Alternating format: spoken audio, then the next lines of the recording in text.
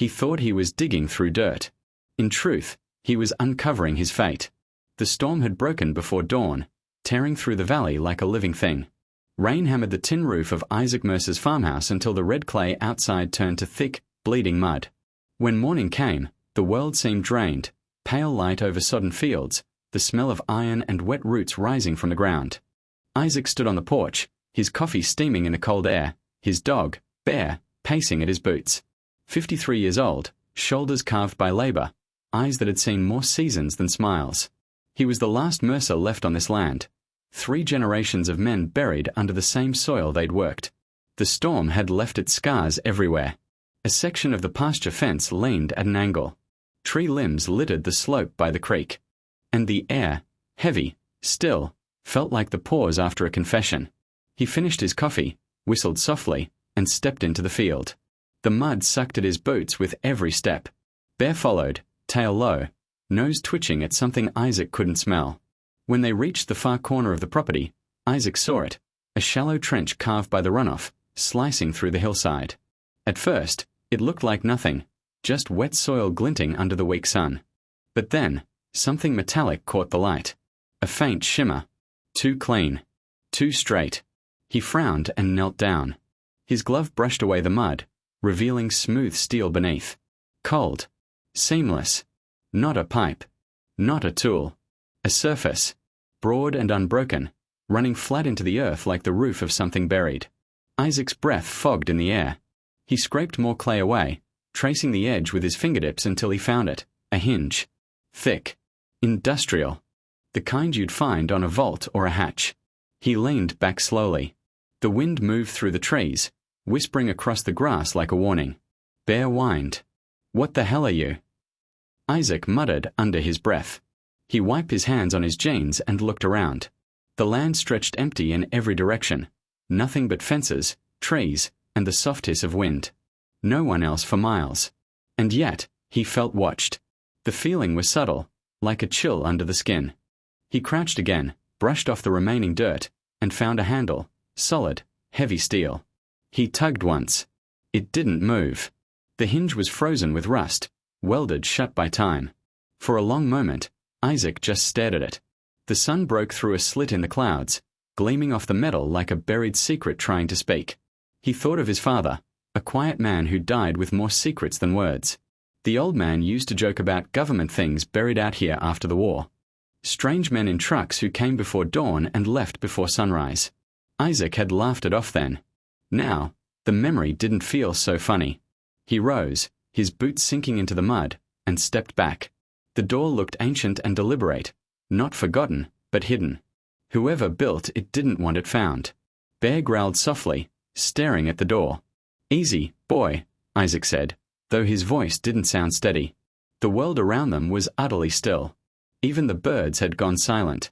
He stood there until the wind shifted, carrying the scent of rain and rust.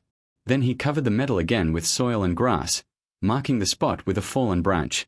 But as he walked back toward the farmhouse, something inside him refused to settle. He had spent his whole life turning the same soil, planting, harvesting, mending fences. But now, he felt the land had turned on him, revealing something it had kept buried for decades. And as he reached the porch, he glanced back one last time. The hills stood quiet, the grass unmoving, the secret sealed again. Yet deep down, Isaac knew what every farmer knows. What the earth reveals once, it never forgets. To be continued.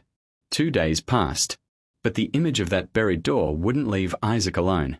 He tried to lose himself in chores, patching the roof, feeding the stock, fixing a water line by the barn. Yet no matter what he touched, his mind kept circling back to that spot in the field. The shape. The metal. The feeling that something down there was waiting. By the third morning, he gave in. The ground had dried just enough to walk without sinking. The sun was out, pale and cold, and the wind carried the smell of cedar and smoke. Isaac loaded his truck with what he needed: a crowbar, a spade, a flashlight, a can of oil, and drove down to the lower field. Bear rode beside him, silent. His ears twitched at every sound. The hillside was quiet when they arrived. The soil, still dark from rain, peeled away easily under the shovel. Within minutes, the outline of the steel door emerged again, sharper now, like a wound reopened. Isaac knelt, poured a thin stream of oil along the hinges, and set the crowbar into the seam. The metal groaned, refusing to move. He pressed harder, the muscles in his arms trembling. Then, with a sound that cut through the silence like a scream, the hinge gave way. A rush of air escaped, stale, metallic, old. Bear backed away, ears flat. Isaac froze. The smell was strange, not death, not earth. More like rust and electricity. He shifted his weight and pried again. The door lifted another inch.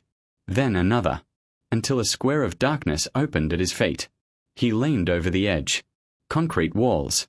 A staircase descending into black. He turned on the flashlight.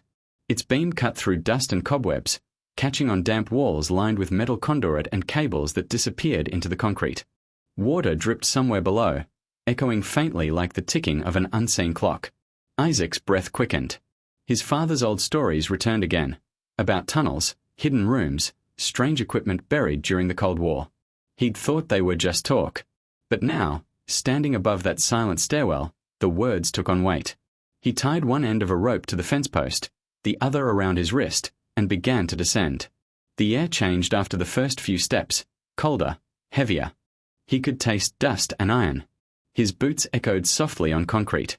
When he reached the bottom, the beam of his flashlight swept across a chamber roughly 12 feet wide. The walls were smooth, grey, the corners reinforced with steel plates. There was a desk. A metal one. Its drawers hung open, paper scattered like fallen leaves. And along one wall, a panel of machines. Old, but intact. Rotary dials. Switches. A cracked cathode screen. He moved closer. The equipment was layered with decades of dust. But as he brushed it with his hand, something impossible happened. A sound. A faint, steady hum. Low. Constant. He froze. The flashlight trembled in his grip. There was no power line leading in. No generator.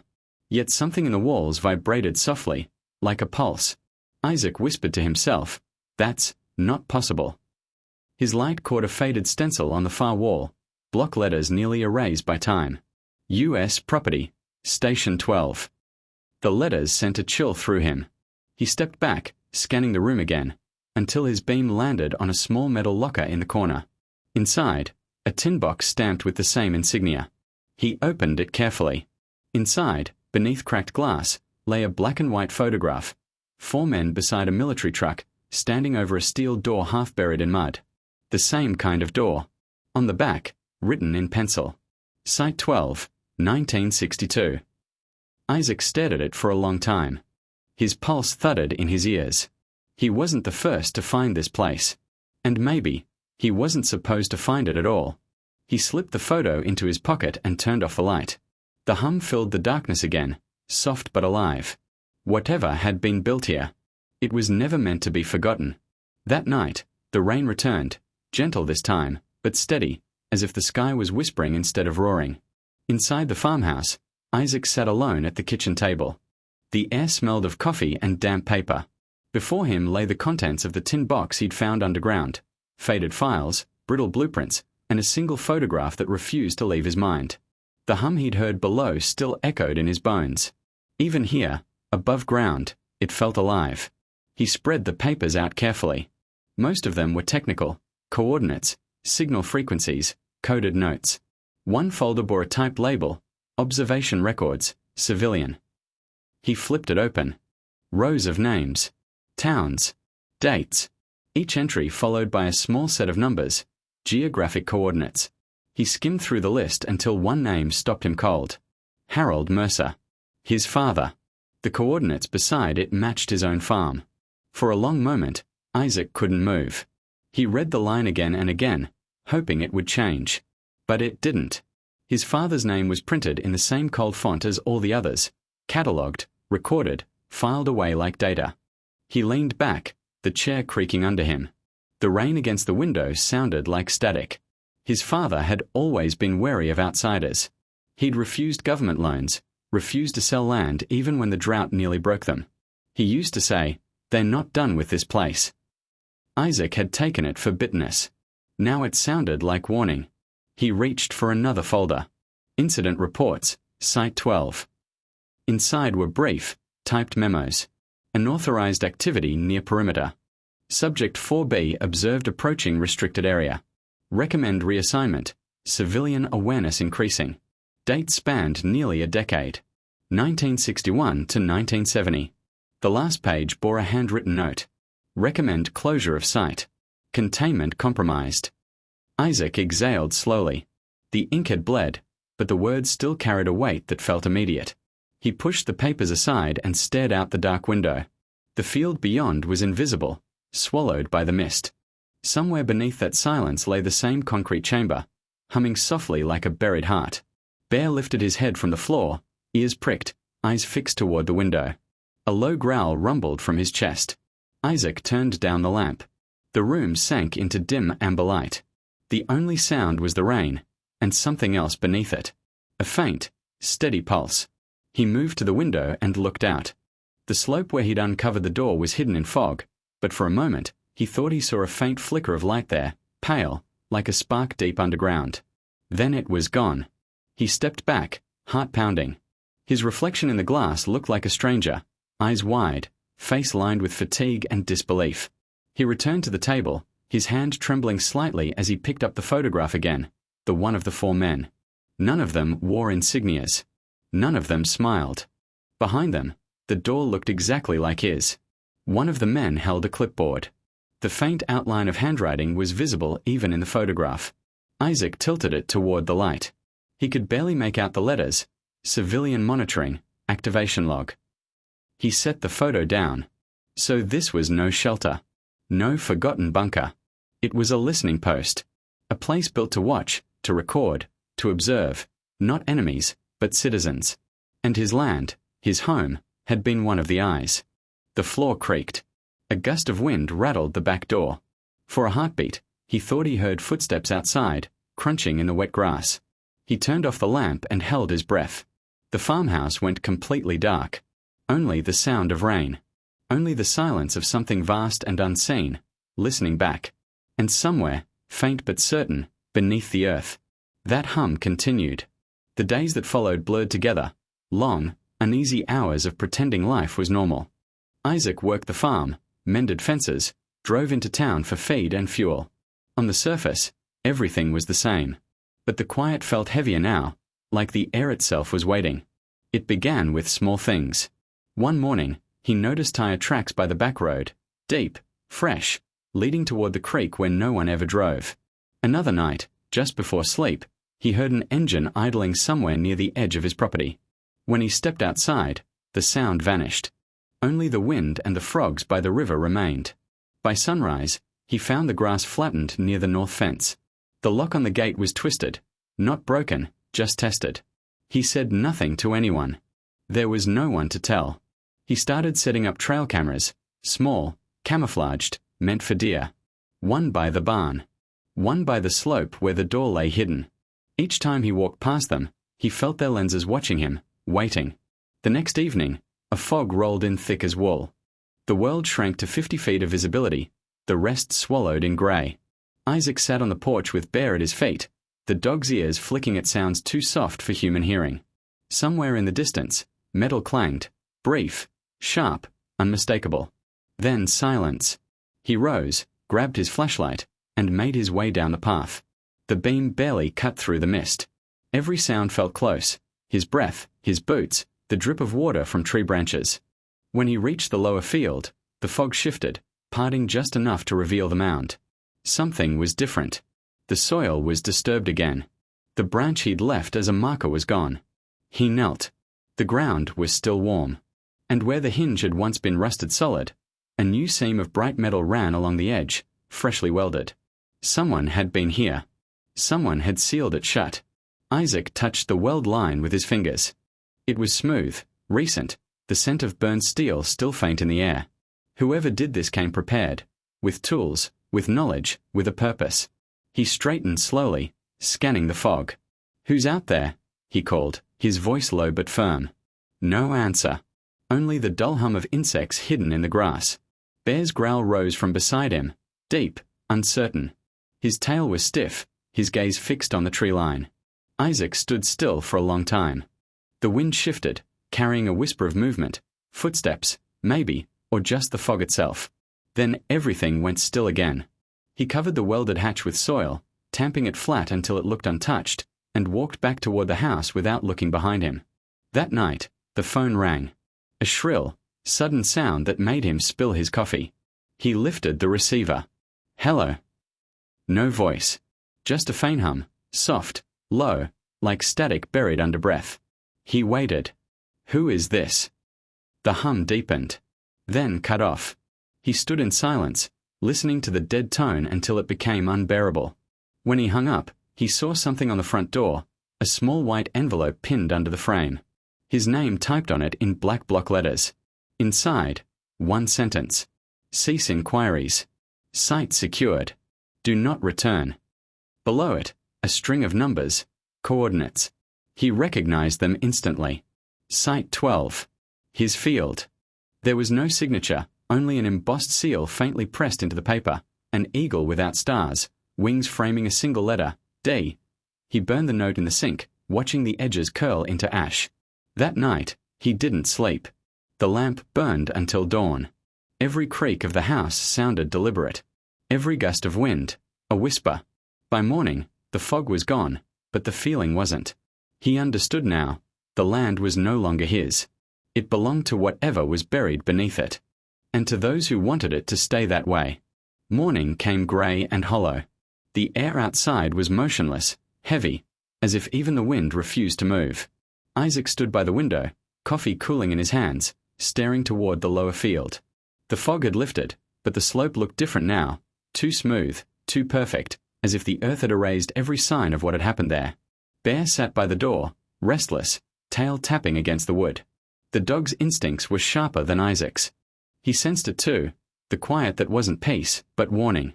Isaac dressed without hurry. Each button, each motion, felt deliberate, like a ritual. He strapped on his boots, grabbed his jacket, and stepped out onto the porch. The air smelled of iron and damp clay. When he reached the lower field, he stopped. The soil he'd packed down the night before bore footprints. Not his. Larger. Deeper. Pressed into the mud right beside the welded seam. Someone had been here again. And they wanted him to know it. He crouched, running his fingers along the track, tracing its outline. It wasn't fresh, maybe from the night before, but clear enough to make his pulse tighten. He glanced toward the road. Nothing but silence and distance. For the first time, he realized he wasn't just being watched. He was being managed. Warned. Handled.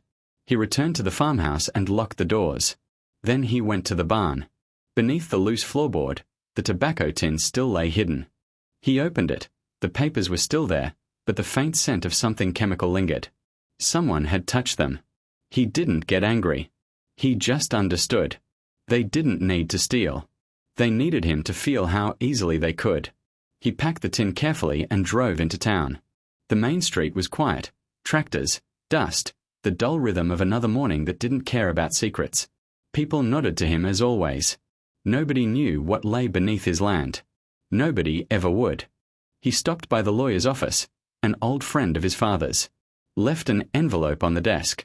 No name. No explanation, he said. If anything happens to me, open it. The lawyer frowned, but nodded. Isaac turned and left before the man could ask more. Back at the farm, the clouds gathered again, dark, swollen, and low. Thunder rolled in the distance, like something waking beneath the sky. He sat on the porch through the afternoon, rifle across his knees, Bear asleep beside him. The air thickened, electric. When lightning finally split the sky, it illuminated the hill for a single second, and in that flash, Isaac saw it. A figure. Still. Watching. Then gone. Rain came fast after that, drumming against the roof, washing the world clean of sound. He stood, walked to the window, and stared into the storm. Each flash of lightning revealed the same shape of the land, the same quiet pasture. Nothing moved. But the hum, that same low vibration he'd first heard underground, was back. Faint. Deep. Endless. He realized then, it was never truly gone. It had just been waiting. At dawn, he packed the truck. Clothes, tools, photographs, nothing more. Bear jumped in beside him without a sound. He took one last look at the house. The roof patched too many times. The porch his father built. The fields his grandfather plowed. It all looked ordinary again, peaceful, innocent. But the peace was a lie. The ground beneath was alive with something old. Something that didn't sleep. He started the engine. The tires cut through the mud, climbing the road that led out of the valley. The farmhouse grew smaller in the mirror until it vanished behind a bend.